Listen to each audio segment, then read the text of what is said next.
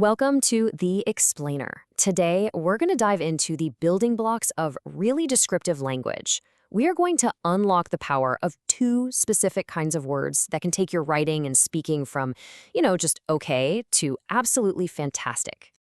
Just take a look at this. We start with a super simple fact. The car moved.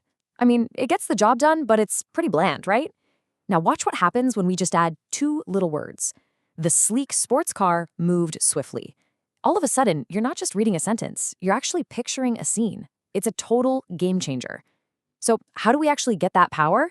Well, it all comes from two key players on what I like to call team sentence, adjectives and adverbs. So let's get them out on the field and see what they can do.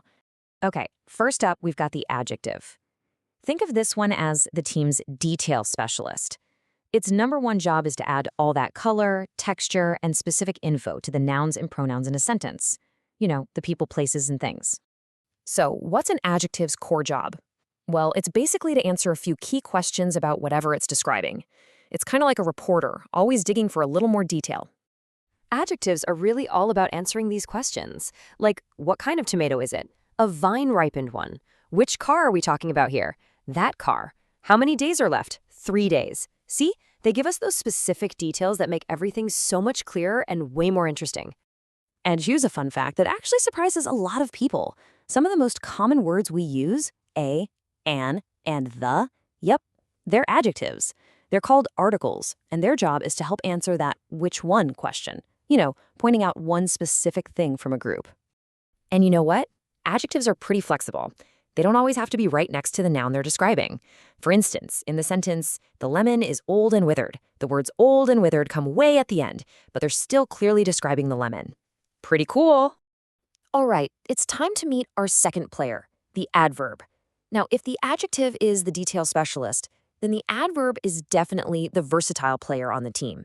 This one has a much wider range of jobs it can do. So what makes adverbs so versatile? Well, they don't just modify one thing. They can describe how an action is done, they can crank up the intensity of an adjective, and they can even modify other adverbs. It's like adding an extra layer of detail on top of your detail. And since their job is so different, they answer a totally different set of questions. They tell us where something happened, like driving farther, or when it happened, like yesterday. And of course, they famously tell us how it was done, like he spoke cautiously. They also tell us to what extent, like the team played exceptionally well. Now, if you're ever looking for a quick little clue to spot an adverb out in the wild, just look for these two letters at the end of a word. It's kind of like the adverb's signature move. Words like safely, happily, and hastily are your classic examples. But, and this is super important, it's more of a guideline than a strict rule. Some of the most common adverbs we use, like soon, often, late, and there, don't have that ly ending at all, so you gotta keep an eye out. Okay, so we've met the players, we know their moves. Now let's put them through a little practice drill, using some examples straight from our source material. All right, time for a little challenge. Here's a sentence. Take a second and see if you can spot all the adjectives. Which words in here are adding those crucial details to the people, places, and things? And there they are. Small tells us what kind of town it is. Possible describes the fine. Jail tells us what kind of sentence we're talking about, and sagging describes the jeans. See how each one just adds that perfect little slice of information? Okay, on to the next challenge. This time, we've got to choose the right player for the job. Do we need an adjective here or an adverb to correctly modify the verb appears? What do you think? The correct answer is the adverb differently. But why? Well, because the word isn't describing the uniform itself, which is a thing. It's describing the action of appearing. So here's the key takeaway. Always ask yourself, am I describing a thing or am I describing an action? That'll tell you which player to call off the bench.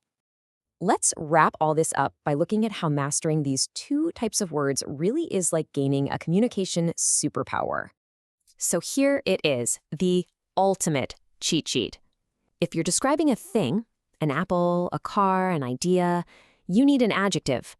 But if you're describing an action, how, when, or where something is happening, then you need an adverb.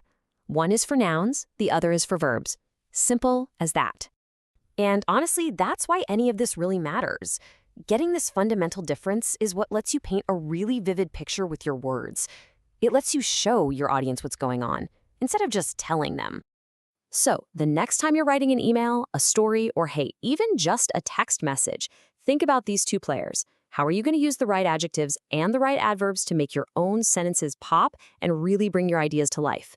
That's all for this explainer.